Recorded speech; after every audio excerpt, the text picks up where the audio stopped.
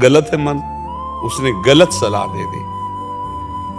सुख भगवान सच्चिदानंद के नाम में, रूप में, लीला में, धाम में और धर्म से। संसार में जो कार्य हैं वो धर्म पूर्वक किए जाएं, सुखी हो जाओ, पक्का सुखी हो जाओगे। किसी को दुख मत। अच्छा, जिसने दूसरों को दुख दिया तो वर्ष 2 वर्ष बच जाओ, परिणाम में आपको ऐसे दुखों में भोगना पड़ेगा, फंसना पड़ेगा जहां से आप निकल नहीं पाओगे।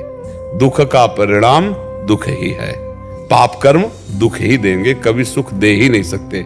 इसलिए अभी तो आप केवल सोशल मीडिया की बात कर रहे हैं। आपका मन यदि आपके कंट्रोल में नहीं आया तो आपसे भयानक पाप करा देगा।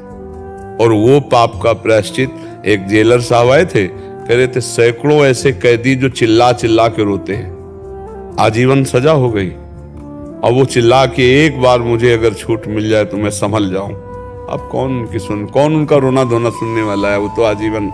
तो वो कह रहे थे कैसे उनको समझाऊं। हमने कहा यदि सत्संग सुने तो हम ये तो नहीं कह सकते कि जेल से मुक्त हो जाएंगे, पर चिंता से मुक्त हो जाएंगे, शोक से मुक्त हो जाएंगे। वो वहां भी चैन से जीना सीख जाएंगे। भगवान का भरोसा हो और ये तसल्ली आ जाए बुद्धि में कि जो मैंने किया वो मैं भोग रहा हूं, और नाम जप करने लगे तो कम से कम जीना आ जाएगा। तो हमें लगता है बच्चा, मन की मांग को बुद्धि से निर्णय करके और बुद्धि को नाम जप से बलवान बना करके मन को रोक लेना चाहिए।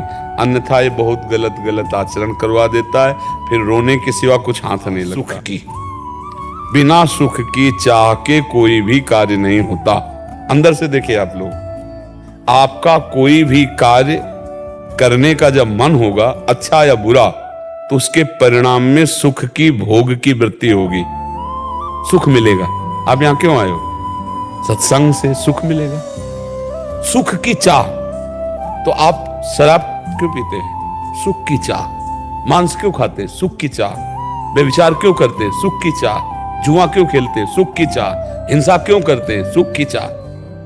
हर कार्य काहे से के लिए हो रहा है? सुख की चाह की। अब सलाहकार होना चाहिए, हमें राग रहित होना चाहिए। पर उपदेश कुशल बहु तेरे, बहुत कुशल मिलेंगे दूसरे को उपदेश देने वाले, पर उसका प्रयोग करने वाले बहुत कम मिलेंगे, क्योंकि प्रयोग वही कर सकता है जो भजन करता है। पक्का मान लेना हमारी बात। अगर भजन नहीं है तो व्यापार है, उपदेश है, प्रवचन है, लेकिन आचरण परिवर्तन नहीं है।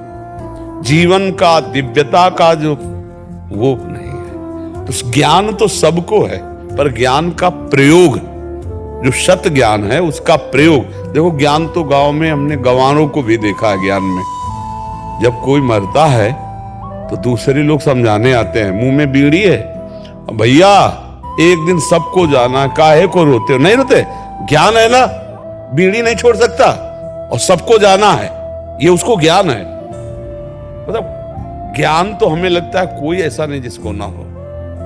दूसरे को उपदेश देने का, दूसरे को समझाने का।